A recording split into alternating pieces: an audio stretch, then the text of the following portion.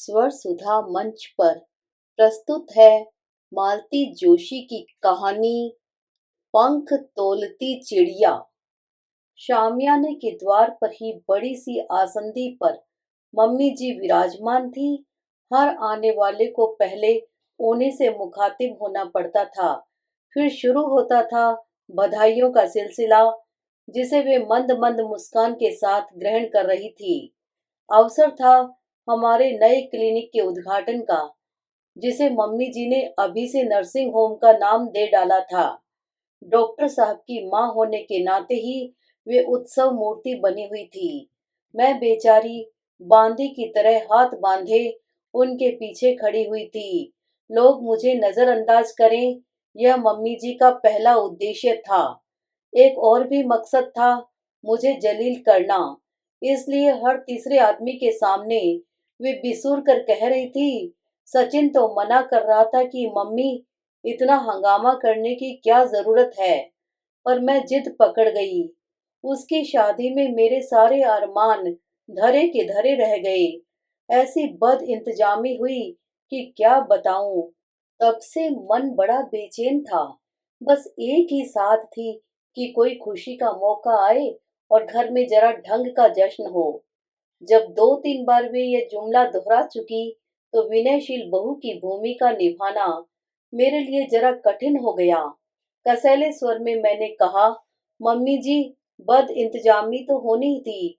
अगर 100 की जगह 500 आदमी आ जाएं, तो सामने वाला क्या करेगा? उसके पास कोई जादू की छड़ी तो होती नहीं है। उन्होंने मुझे खा जाने वाली नजरों से देखा, पर संयम बरतते हुए बोली, शादी ब्याह में 25-50 आदमी तो कम ज्यादा हो ही जाते हैं। इतनी गुंजाइश तो समझदार आदमी रखता ही है। इस समझदार शब्द से मुझे जैसे आग लग गई। तल्खी के साथ मैंने कहा, मम्मी जी, 50 और 500 में बहुत फर्क होता है। कोई कहाँ तक गुंजाइश रखेगा? इतने लोग, और वे भी बाराती। उन्हें कोरी सब्जी रोटी तो नहीं खिलाई जा सकती। मम्मी जी एकदम हत्थे से उखड़ गई। इतनी देर से वे बड़े जतन से अपनी गरिमा में छवि को बनाए हुए थी। लगा कि अब वे अपनी वाली पर उतर आएंगी। मैं चुपचाप वहां से खिसक ली, नहीं तो बेकार में एक तमाशा खड़ा हो जाता। मेरी शादी को 8 साल हो चले हैं, पर तब से 80 बार इस बद इंतजामी को कोसा जा चुका है। आदमी जब्त भी करे तो कहाँ तक, पता नहीं कहाँ कहाँ के रिश्तेदार जुटा लाई थी। शादी के बाद आज तक उनकी शक्ल भी नहीं दिखी। जिन जिन स्कूलों में मम्मी जी सर्विस कर चुकी थी, उन सब स्कूलों का स्टाफ परिवार निमंत्रित था। महिला मंडल था, सत्संगी ग्रुप था, अड़ोसी पड़ोसी तो थे ही। नाई, धोबी, दर्जी सब बारात में थे। सिर्फ खाकर ही चले जाते, तब भी कोई बात थी। आधे से ज्यादा लोगों को मिलने के लिफाफे थमाने पड़े थे। बद इंतजामी होती नहीं तो और क्या होता। पापा ने तो कसम खा ली थी कि चाहे मुझे बारात का किराया क्यों न भुगतना पड़े, मैं कीर्ति के लिए लोकल दूल्हा नहीं ढूंढूंगा। मेरी शादी के 6 महीने बाद ही पापा का ट्रांसफर इंदौर हो गया। तब यही लगता रहा कि काश यह ट्रांसफर 6 महीने पहले हो जाता। मम्मी जी की बातों से ऊब कर मैं बेटे के पास जाकर खड़ी हो गई, पर शायद मेरा दिन ही खराब था, क्योंकि यहाँ श्रवण कुमार माँ का प्रशस्ति गान कर रहे थे। यार, मम्मी ने तो अपना पूरा प्रोविडेंट फंड और ग्रेजुएटी मेरे हाथ में लाकर रख दी। I am lucky to have such a generous mother. नहीं तो क्या यह जगह लेना मेरे लिए संभव था? अभी तो प्रैक्टिस शुरू किए साल भर भी नहीं हुआ है। मुझे बड़ा ताव आया। माँ का दान तो याद रह गया, पर मेरे पापा की गाड़ी कमाई भूल गए, जिसके बल पर एमएस किया था।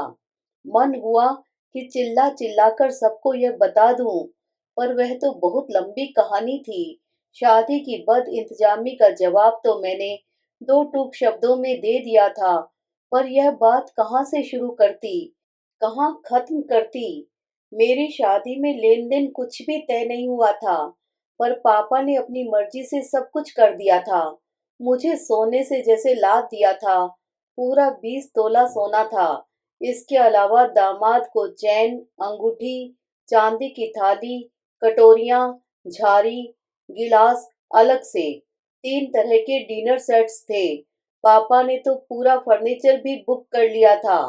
पर इन लोगों ने कहा कि पोस्टिंग तो दूर कस्बे में है, ट्रांसपोर्टेशन में खर्च भी होगा और टूट फूट भी। तो पापा ने 50,000 इन्हें थमा दिए थे और कहा था कि अपनी पसंद के खरीद लेना। घर आते ही वह पैसा मम्मी जी के खाते में जमा हो गया। मुझे एक कलदार तक देखने को नहीं मिला। हमें खाली हाथ ही अनंतपुर आना पड़ा। शॉपिंग की साथ मन में ही रह गई। जब पहले प्रसव के लिए माँ पापा मुझे लेने आए तो घर का हाल देखकर दंग रह गए। पेशेंट्स को एग्जामिन करने वाली मेज और 2 स्टूल। ये मेरा डाइनिंग सेट था। ड्राइंग रूम में 2 मूढ़े और 2 टीन की कुर्सियां थी। अस्पताल के 2 पलंगों से मेरा बेडरूम सजा हुआ था। मनोरंजन के लिए एक ट्रांजिस्टर भर था। फ्रिज तो दूर की बात थी। रसोई में ढंग के 4 बर्तन भी नहीं थे। माँ पापा को खाना खिलाते हुए मुझे रोना आ गया। माँ ने तो घर की दशा देखकर मुझे कोसना शुरू कर दिया था।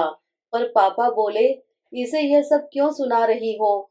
यह तो नई है, घर में मुंह खोलकर कुछ कह सकती है क्या? यह सब तो सचिन को सोचना चाहिए। फिर उन्होंने एक काम किया। सोनाली के जन्म पर उसे एक छल्ला तक नहीं दिया। मेरे घर उन्होंने 5 लड्डू तक नहीं भिजवाए, पर मेरा पूरा घर फर्निश कर दिया। दरवाजों के पर्दों से लेकर पांव पोछ तक सब बदल डाला। मम्मी जी पूरी तरह कुड़ गई। बोली, यहाँ जो कुछ है इन्हीं लोगों का तो है, इसीलिए नहीं खरीदा था। 2-2 बार खरीदने में कौन सी तुक है? लेकिन यह बात पैसे लेते समय याद क्यों नहीं आई? उन पैसों का रहस्य बाद में समझ आया। 7-8 जगह अप्लाई करने के बाद इन्हें बेंगलोर के एक कॉलेज में एमएस के लिए दाखिला मिला था। पूरा पैसा वहीं स्वाहा हो गया था। उस दिन मैं बड़ा रोई थी। फाइनल के बाद मुझे आराम से पीजी में दाखिला मिल गया था। अपना प्रिय विषय गायनिक्स भी मिल रहा था। उन दिनों फाइनल के मार्क्स के आधार पर पीजी में एडमिशन होता था। प्री पीजी का चक्कर नहीं था। उस समय इन लोगों ने मुझे जाने नहीं दिया। कहा कि शादी की ऐसी क्या जल्दी थी, पहले पढ़ाई पूरी कर लेती। इतना ही नहीं, अपना कोई सोर्स लगवा कर मम्मी जी ने मेरी पोस्टिंग भी इनके पास ही करवा दी। जिस दिन इन्हें एमएस अलॉट हुई, मम्मी जी बोली, बेटे आज मेरे जी को ठंडक मिली है। अगर श्रुति को तुमसे पहले डिग्री मिल जाती तो तेरी इज्जत 2 कौड़ी की रह जाती। बेटे, बीवी हमेशा 2 अंगुल छोटी ही ढूंढनी चाहिए। मम्मी जी की छाती में तो ठंडक पड़ गई, पर उस दिन से मेरे मन में तो ज्वालामुखी धधक रहा है। वह तो अब डिग्री मिलने के बाद ही शांत होगा। अरे, आप अकेली यहाँ खड़ी क्या कर रही हैं? मैंने चौंक कर देखा। डॉक्टर पारिक थे। मुझे तो ध्यान ही नहीं था। तब मैं आकर शामियाने के आखिरी छोर पर खड़ी हो गई थी। मेरे पीछे छोलदारी में से पुलाव की महक और पूरियां तलने की खुशबू आ रही थी। बगल में प्लेटें धुलने की आवाजें आ रही थी। सामने लगी मेजों पर डोंगे भरे जा रहे थे, खाली हो रहे थे, और मैं यंत्रवत आगंतुकों से हाय हेलो कर रही थी, जबकि मेरा मन दूर कहीं अतीत में खोया हुआ था। आपको तो वहां सचिन की बगल में खड़ा होना चाहिए था। इधर भी किसी का होना जरूरी था न। सब लोग बाहर ही खड़े हो जाएं तो कैसे चलेगा? मैंने किसी तरह झेप मिटाते हुए कहा। पर आपको यह भी तो सोचना चाहिए कि बधाई देने वालों को कितना लंबा फासला तय करके आना पड़ेगा। पर यहाँ आने की जरूरत ही क्या है? बधाई के हकदार तो बाहर दरवाजे पर ही खड़े हैं। नहीं भाभी जी, बधाई की असली हकदार तो आप हैं। पिछले 5-6 सालों में आपने जितना स्ट्रगल किया है वह मैंने बहुत करीब से देखा है।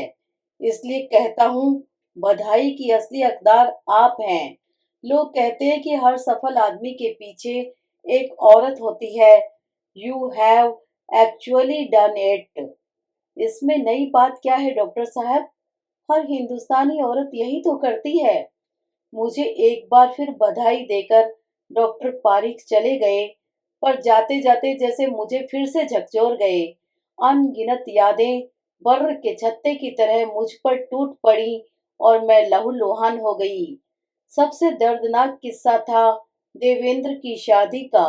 आज भी याद आता है तो मेरे आंसू निकल आते हैं।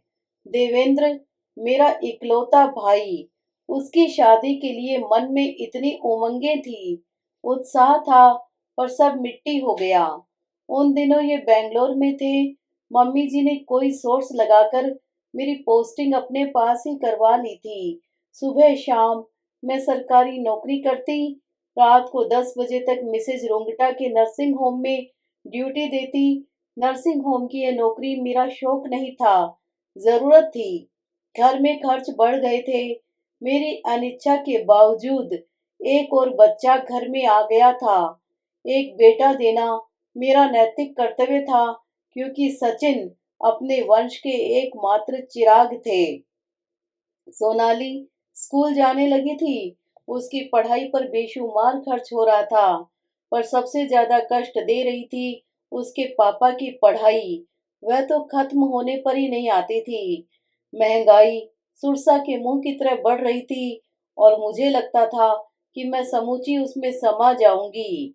बड़ी मुश्किल से 3 दिन की छुट्टी मिली थी। मैं भागी भागी घर आई, बच्चों को तैयार किया। पैकिंग तो रात को ही कर रखी थी। थोड़ी देर तक मैं प्रतीक्षा करती रही, फिर खुद ही पूछ लिया, मम्मी जी, मेरी चीजें तो ले आई होंगी न? अरे बेटा, आज याद ही नहीं रहा, उन्होंने सपाट स्वर में कहा। मुझे तो रोना आ गया। मैं कोई भीख नहीं मांग रही थी, अपने ही गहने मांग रही थी, जिन पर वे देवी जी फन फैलाकर बैठी हुई हैं। जानती हैं, मुझे शादी में जाना है, पर कल तक इन्हें लॉकर तक जाने की ही फुर्सत नहीं मिली, और आज कितने ठंडे स्वर में बता रही है कि याद ही नहीं रहा। शादी के 2 महीने बाद ही मेरी पोस्टिंग सचिन के साथ हो गई थी। जाते हुए मम्मी जी ने सारे गहने उतरवा लिए थे। बोली, तुम लोग दिन भर बाहर रहोगे, घर में इतनी जोखिम रखकर क्या करोगे? मन मारकर सब कुछ उनके हवाले कर दिया था। उसके बाद उनके दर्शन केवल कीर्ति की, मेरी बहन की शादी में हुए थे, बस। जब भी पीहर जाना होता, माँ बहुत कोसती। पूरे 20 तोले सोना दिया था मैंने, पर लड़की को देखो, नंगी बुच्ची चली आती है। फिर कहीं जाना होता तो अपना पहना कर ले जाती, तब बहुत शर्म आती। पर शादी में तो यह भी संभव नहीं था।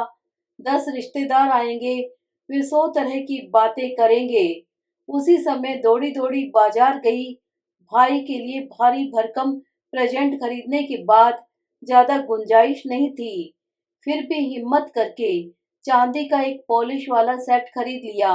कुछ तो पहनने को होगा।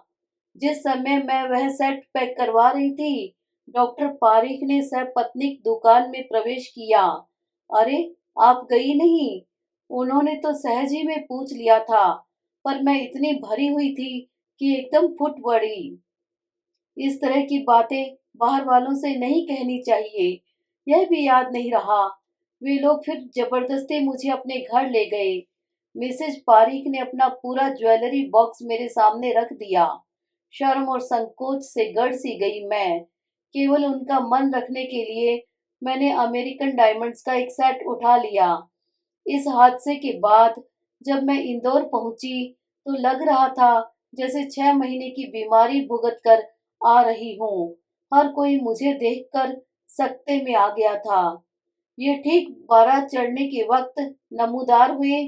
मन में इतना कुछ घुमड़ रहा था, मिलते ही आड़े हाथों लेना चाहती थी, पर इतने लोगों के बीच मौका ही नहीं मिला। लेकिन पहला वार उन्होंने ही किया। जरा सा एकांत मिलते ही बरस पड़े। तुम हर बार गहनों के लिए मम्मी को क्यों कोसती रहती हो? As if she has robbed you. मैंने ऐसा कब कहा? तो फिर बार बार तकाजा करने का क्या मतलब है? शादी के लिए न मांगू, लेकिन तुम्हारे गहने मम्मी के पास नहीं हैं। फिर कहाँ है? देखो, मेरी एमएस हो जाने दो, मैं तुम्हें सोने से लाद दूंगा, पर मेहरबानी करके अब यह विषय घर में मत छेड़ना। मतलब, मुझसे बिना पूछे मेरे गहने आपने ठिकाने लगा दिए और दोनों माँ बेटे मुझसे छिपाए रहे। इसीलिए आपकी मातुश्री मुंह में दही जमाए बैठी रही। Shruti, mind your language. Language my foot, मैंने तमक कर कहा। और भी बहुत कुछ कहना चाहती थी, पर कमबख्त रुलाई ही आ गई। मैं धुआंधार रोती ही चली गई। इतना तो मैं विदा के समय भी नहीं रोई थी। वह स्वाभाविक ही था। उस समय मन में भावी जीवन के रंगीन सपने थे, आशाएं थी, और अब बच रही थी केवल हताशा। अपने घर में होते तो ये शायद मेरे रोने की उतनी परवाह नहीं करते, पर ससुराल में तो मेरी अनदेखी नहीं कर सकते थे। देर तक बैठे मुझे समझाते रहे, तुम तो डॉक्टर हो, गंवार औरतों की तरह गहनों के लिए रोती हो। जरा मेरी प्रैक्टिस जम जाने दो, तुम्हें सर से पांव तक सोने से लाद दूंगा। यह तो मेरा ईश्वर ही जानता था कि मैं सोने के चंद टुकड़ों के लिए नहीं रोई थी। गहने तो फिर भी बन सकते थे, पर मेरा विश्वास, वह तो टूट गया था। उसे लौटाने का तो कोई उपाय ही नहीं था। मिसेज पारिक ने भी यही कहा था। जब मैं उनका सेट लौटाने गई तो बोली, श्रुति, अभी तुम बहुत छोटी हो, शायद इसलिए बहुत भावुक भी हो। थोड़ा प्रैक्टिकल होना सीखो। यूं हर किसी पर विश्वास करना ठीक नहीं। हर किसी पर? मैडम, वे मेरे पति हैं।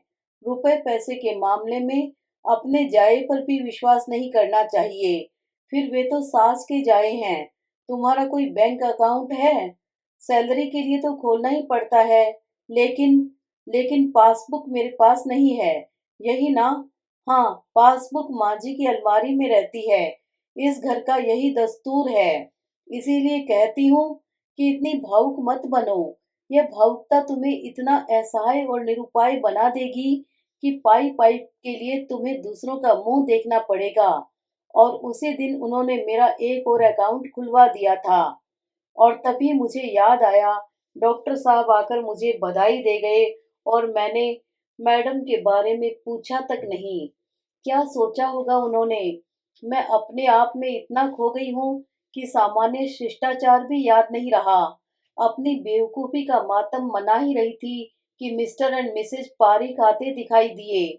मैंने आगे बढ़कर उनका स्वागत किया और अपनी भूल के लिए माफी मांगी। माफी तो मैं मांगने आया हूँ। पता है, शुभा ने मुझे इतनी डांट लगाई, मैं तुम्हारी प्री पीजी के बारे में भूल ही गया था। My best wishes. I need them badly sir. इस झमेले में पढ़ाई तो कुछ हो ही नहीं पाई। ये झमेला बाद में भी तो हो सकता था। मैडम, ज्योतिषी ने यही मुहूर्त निकाला था। Okay, all the best. Thank you sir. Thank you madam. ये भले ही गेट पर खड़े थे, पर आंखें शायद इधर ही लगी थी। पारिक दंपति के जाते ही ये खरामा खरामा चलकर मेरे पास आ खड़े हुए। यहाँ ऐसे अलग थलग क्यों खड़ी हो? वहाँ सब लोग पूछ रहे थे। सभी लोग बाहर बैठ जाएं तो कैसे चलेगा? इधर भी तो कोई चाहिए। और जिन्हें मिलना होता है, वे यहाँ तक भी आ ही जाते हैं। हाँ, सो तो देख ही लिया। क्या कह रहे थे तुम्हारे फ्रेंड, फिलोसफर एंड गाइड? बड़ी देर तक बातें हो रही थी। घर आए मेहमान से बात तो करनी ही पड़ती है। शिष्टाचार का तकाजा है। और शिष्टाचार की यह परंपरा सिर्फ दूसरों के लिए है। क्यों? अब तक तो बड़ी हंस हंस कर बातें हो रही थी। मुझसे बात करते वक्त ही तुम्हारा मुंह सूज गया है। इसका कारण तो आप भी जानते हैं। उनका मूड एकदम उखड़ गया। बोले, वहां थोड़ी देर को मम्मी के पास खड़ी हो जाओगी तो छोटी नहीं हो जाओगी। अपनी नाराजगी का ऐसा सार्वजनिक प्रदर्शन करना जरूरी नहीं है। मतलब यह कि गुस्सा सिर्फ डॉक्टर पारिक का नहीं था। मम्मी जी ने भी पट्टी पढ़ाई थी। तमाशा करना अच्छा नहीं लगा, इसलिए चुपचाप इनके पीछे हो ली। बाहर मम्मी जी ने नया ही राग छेड़ा हुआ था। लोग तो दामाद को विलायत तक भेज देते हैं। यहाँ तो जो भी करना है अपने से ही करना है। इसके ससुराल वालों को बधाई देने तक की फुर्सत नहीं है। फिर से एक करारा वार करने की इच्छा हो रही थी, पर जब्त कर गई। लगता है ये जिंदगी वार करते और वार झेलते ही बीतेगी।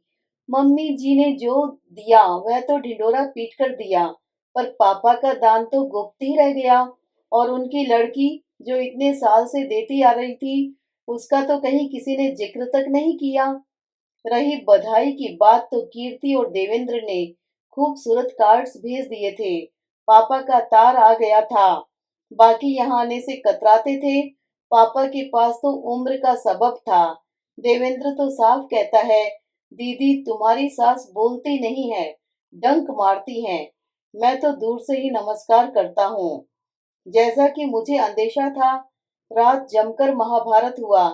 बिस्तर पर आते ही ये कसैले स्वर में बोले, आज पता चला कि तुम्हें अपने कैरियर की ज्यादा फिक्र है। पति के अचीवमेंट से तुम्हें कोई मतलब नहीं है। यही बात मैं भी तो कह सकती हूँ। मैंने बार बार चिरोरी की थी कि कोई दूसरी तारीख ले लीजिए, मेरी पढ़ाई डिस्टर्ब हो जाएगी। पर आप तो चाहते ही नहीं कि मेरा सिलेक्शन हो। फालतू की बकवास मत करो। तुम्हें अच्छी तरह मालूम है कि यह तारीख मैंने नहीं, पंडित ने निकाली थी। डॉक्टर होकर आप ज्योतिष पर इतना विश्वास करते हैं? दुनिया करती है। और तुम जो इतना बावेला मचा रही हो, फॉर्म भरने से पहले किसी से पूछा था? और पीजी करने की इतनी जल्दी क्या थी? मेरी प्रैक्टिस एस्टेब्लिश होने तक रुक नहीं सकती थी? मैं तो रुक जाऊंगी, पर मेरी उम्र तो नहीं रुकेगी ना। वह तो मुट्ठी में पड़ी रेत की तरह फिसलती ही जाएगी। तय तो यह हुआ था कि आपके लौटते ही मैं अपनी पढ़ाई शुरू कर दूंगी। पूरे 1.5 साल तक मैंने प्रतीक्षा की। जब आपने बात नहीं उठाई, तो मुझे पहल करनी पड़ी। वैसे आपको चिंता करने की जरूरत नहीं है। जैसे माहौल में मैंने तैयारी की है, मेरा निकलना तो असंभव ही है। और मान लो सेलेक्ट हो गई, तो ये घर, ये बच्चे किसके भरोसे छोड़कर जाओगी? क्यों?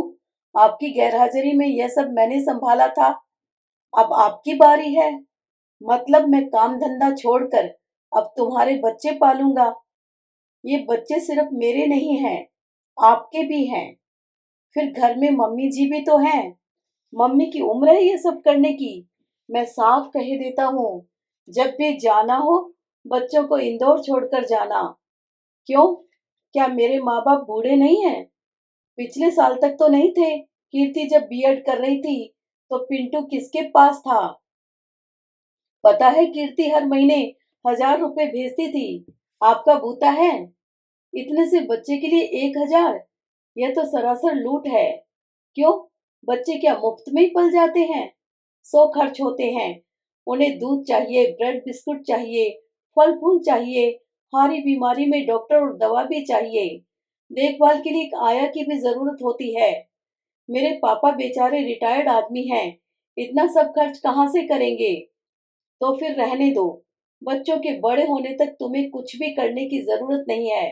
अभी मैं इतने रुपए स्पेयर नहीं कर सकता। बच्चों का खर्च मैं उठा लूंगी। बस स्टडी लीव पर जाऊंगी तो सैलरी तो पूरी मिलेगी। फिर सिर्फ 2 साल की ही तो बात है। यानी कि तुम यह जताना चाहती हो कि जिस कोर्स में मैंने 4 साल लगा दिए, वह तुम सिर्फ 2 साल में ही कर लोगी? अपनी बुद्धि पर बहुत नाज है न तुम्हें। आपसे तो बात करना ही फिजूल है। मैंने कहा और बात को वहीं विराम दे दिया। सुबह उठी तो सिर बेहद भारी हो रहा था।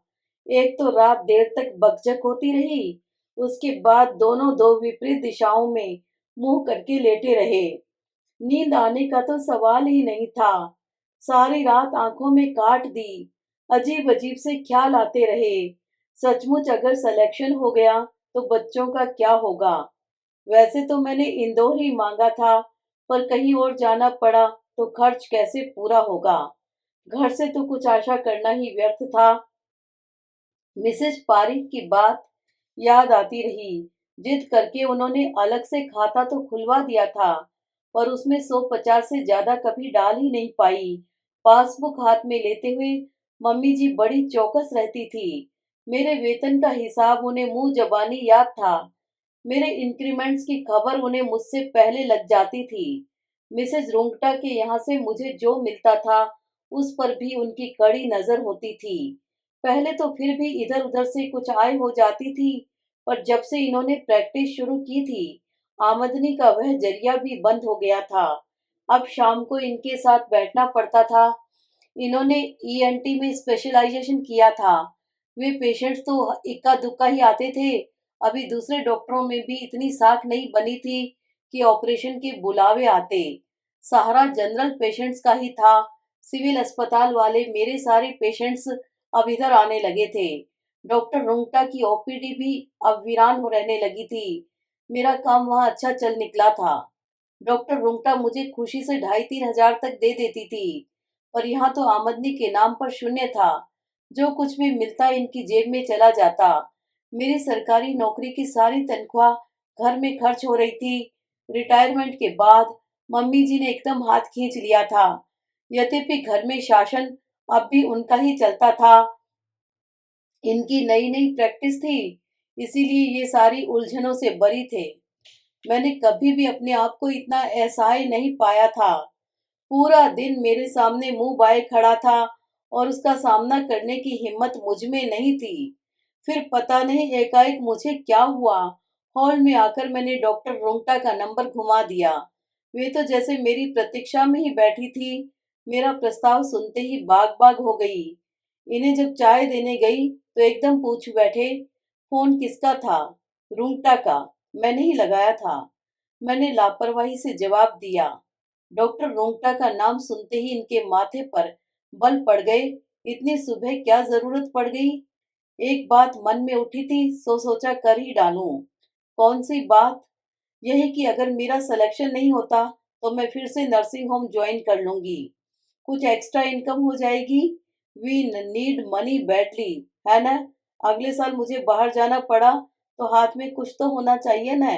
न हो तो आप वाजपेयी जी की विनीता को कुछ दिनों के लिए बुला लीजिए। वह पूछ भी रही थी। पैसे की उसे खास फिक्र नहीं है, उसे तो अनुभव चाहिए। आपको भी एक हेल्पिंग हैंड मिल जाएगा। बहुत वैसा लगे तो कुछ परसेंटेज दे दीजिएगा। वे मुंह बाए मुझे देखते ही रह गए। और कोई दिन होता तो गुस्से में शायद झपट पड़ते, पर आज निश्चल बैठे रहे। शायद समझ गए थे कि नदी ने तटबंध छोड़ दिया है। पानी सिर से ऊपर हो गया है, अब उसे बांधा नहीं जा सकेगा।